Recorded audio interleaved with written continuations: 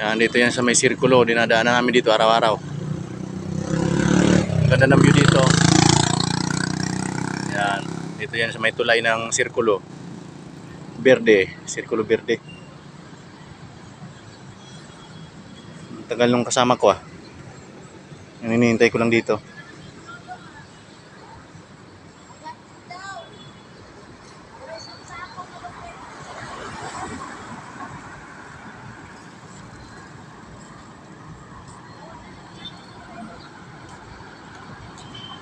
Ayun yung tulay na ano, binangga ng barge, yung sa una na yun. Ayun, yung tulay na yun, oh, ini-repair na nila.